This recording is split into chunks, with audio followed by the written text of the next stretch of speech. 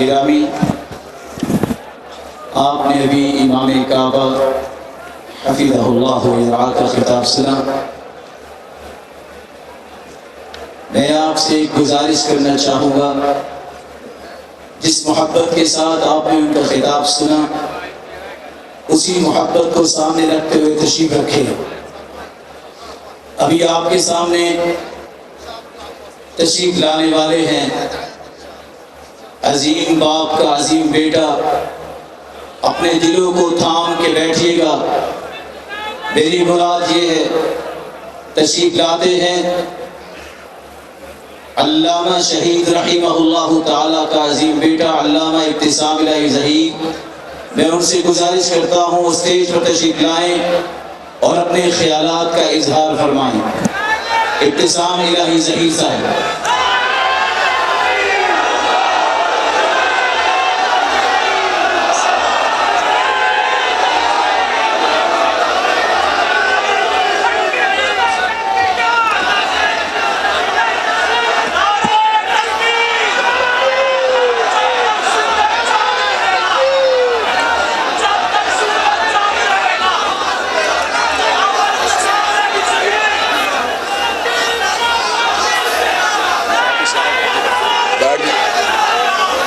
انشاءاللہ میں دعاتا ہوں آپ سنارے بیٹھ جائیں ذرا، انشاءاللہ بیٹھ جائیں۔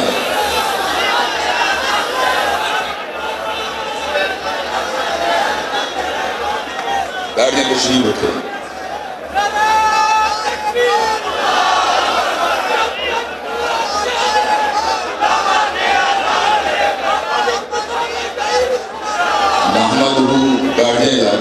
نحمدہ ونصلی علی رسولہ الکریم۔ بسم اللہ الرحمن الرحیم۔ یا ایھا الذین آمنوا اطیعوا اللہ واطیعوا الرسول واولی الامر منکم فإن تنازعتم فی شیء فردوہ الی اللہ والرسول۔ حضرات گرامی قدر، آج میرے دل میں خوشی کے، مسرت کے اور اس کے ساتھ ساتھ ماضی کی بات یادوں کے حوالے سے ایک کثرت اور درد کے احساسات بھی موجود ہیں۔ میں جب یہاں پر آپ کے سامنے آ رہا تھا تو میرے ذہن میں میرے اکابرین کی ایک پوری تاریخ تھی جو میرے دماغ کی سکرین پہ چل رہی تھی۔ کبھی مجھے دلی کے بازاروں میں پتھر کھانے والا سید نذیر حسین محدث بھیگنی یاد آ رہا تھا، اور کبھی مجھے فتنہ قادیاں کو گرانے والا وکیل اسلام مولانا ثناء اللہ مرسلی یاد آ رہا تھا، کبھی حدیث کو پڑھانے والا اور اقوال رسول کی شمع کو فیروزہ فرمانے والا استاذ الاساتذہ حافظ محمد گوندلی رحمت اللہ علیہ کی یاد آ رہی تھی۔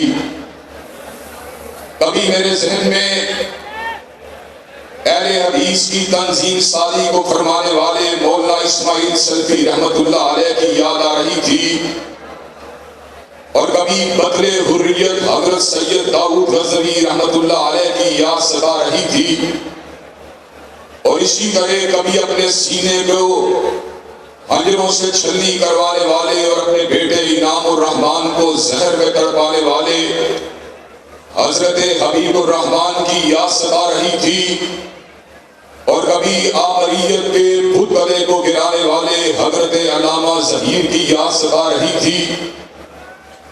وہ حضرت شہید جس نے صدیق کی صداقت کے ڈنکوں کو بجا دیا، فاروق کی عدالت کے علم کو لہرا دیا، ذوالنورین کی صحابت کا ترانہ گا دیا، علی المرتضیٰ کی شجاعت کے ڈنکے کو بجا دیا، امی عائشہ کے دوپٹے کی عظمت کا پھریرا لہرا دیا، اتحاد امت کا نعرہ لگا دیا، ختم نبوت کے ڈنکوں کو بجا دیا، اور نظام مصطفیٰ کے علم کو آگے بڑھا دیا۔ اللہ کے فضل و کرم سے میں حضرت صادق میر صاحب کی موجودگی میں اپنے اپنے اسلاف کی روایات کو واپس لوٹانے کا اعلان کرتے ہوئے یہ بات کہہ دینا چاہتا ہوں، جب تک ہم زندہ رہیں گے اللہ کے فضل و کرم سے کتاب و سنت کے ڈنکے بجاتے رہیں گے، ختم نبوت کا نعرہ لگاتے رہیں گے، آمریت کے بت کے اوپر ضربت ہائے کاری کو لگاتے رہیں گے، اور نظام مصطفیٰ کے علم کو انشاءاللہ پاکستان کی فضاؤں میں لہراتے رہیں گے۔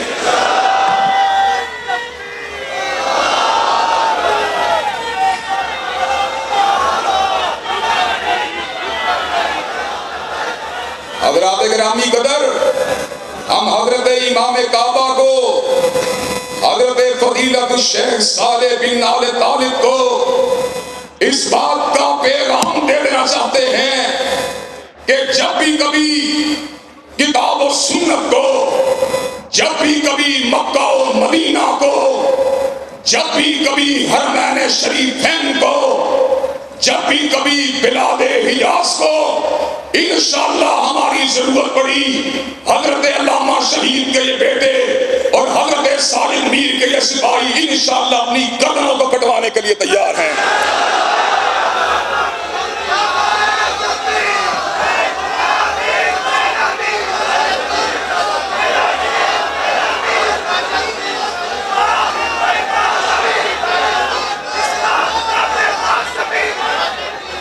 حضرات گرامی قدر، اللہ تعالیٰ کے فضل و کرم سے ہم نے اللہ کے فضل و کرم سے حضرت سید داؤد غزنوی کے لگائے ہوئے پودے کو تناور درخت بنانے کے لیے، حضرت اسماعیل سلفی کی محنتوں کو ثمر آور بنانے کے لیے، اور حضرت علامہ شہید کے ہاتھوں کو شرمندہ تعبیر کرنے کے لیے، اور اپنے مسلک کو متحد کرنے کے لیے اللہ کے فضل و کرم سے نہ ہم نے نیٹ ورک کو دیکھا ہے، نہ ہم نے عہدوں کو دیکھا ہے، ہم نے اگر دیکھا ہے یا رب کے قرآن کو دیکھا ہے یا کالی کملی والے کے فرمان کو دیکھا ہے۔ حضرات گرامی قدر، انشاءاللہ ہم اپنے امیر محترم کو آج یہ بات بتلا دینا چاہتے ہیں، حضرت الامیر آپ نفاذ اسلام کے لیے اگر ہمیں لڑنے کا حکم دیں گے تو انشاءاللہ احمد ابن حنبل کے یہ بیٹے، ابن تیمیہ کے یہ فرزند، سیدین شہیدین کے یہ ماننے والے انشاءاللہ نہ میاں صاحب کو دیکھیں گے، نہ خان صاحب کو دیکھیں گے، نہ زرداری کو دیکھیں گے، ہم دیکھیں گے یا رب کے قرآن کو دیکھیں گے یا کالی کملی والے کے فرمان کو دیکھیں گے۔ تکبیر!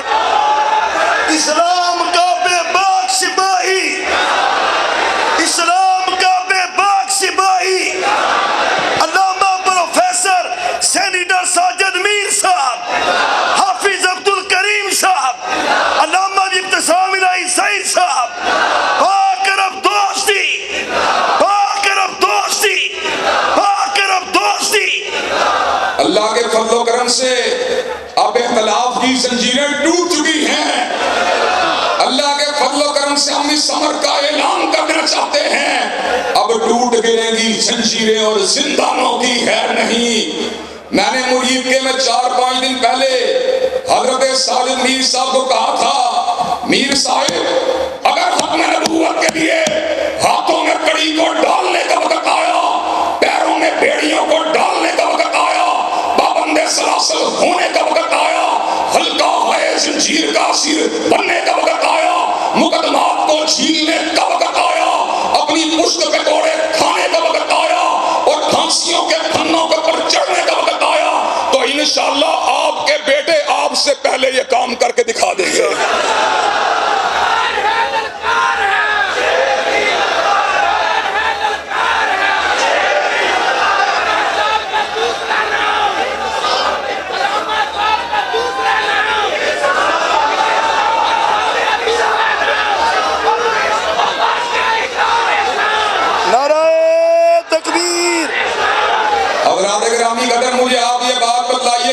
سنت کی عملداری کے لیے آپ انشاءاللہ میدان عمل میں آنے کے لیے تیار ہیں؟ استحکام پاکستان کے لیے انشاءاللہ حضرت الامیر کے کندھے سے کندھا ملانے کے لیے تیار ہیں. اس وطن کو بھی بنایا گیا.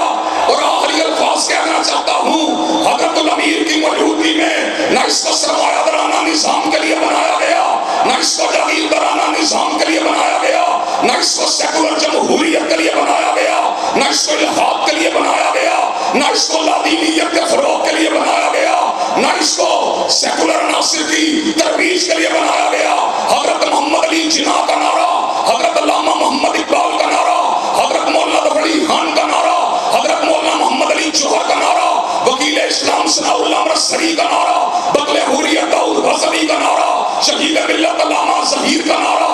یہی تھا پاکستان کا مطلب. کیا پاکستان کا مطلب؟ کیا تیرا میرا رشتہ. نعرہ تکبیر، نعرہ تکبیر، تیرا امیر میرا امیر، تیرا امیر میرا امیر.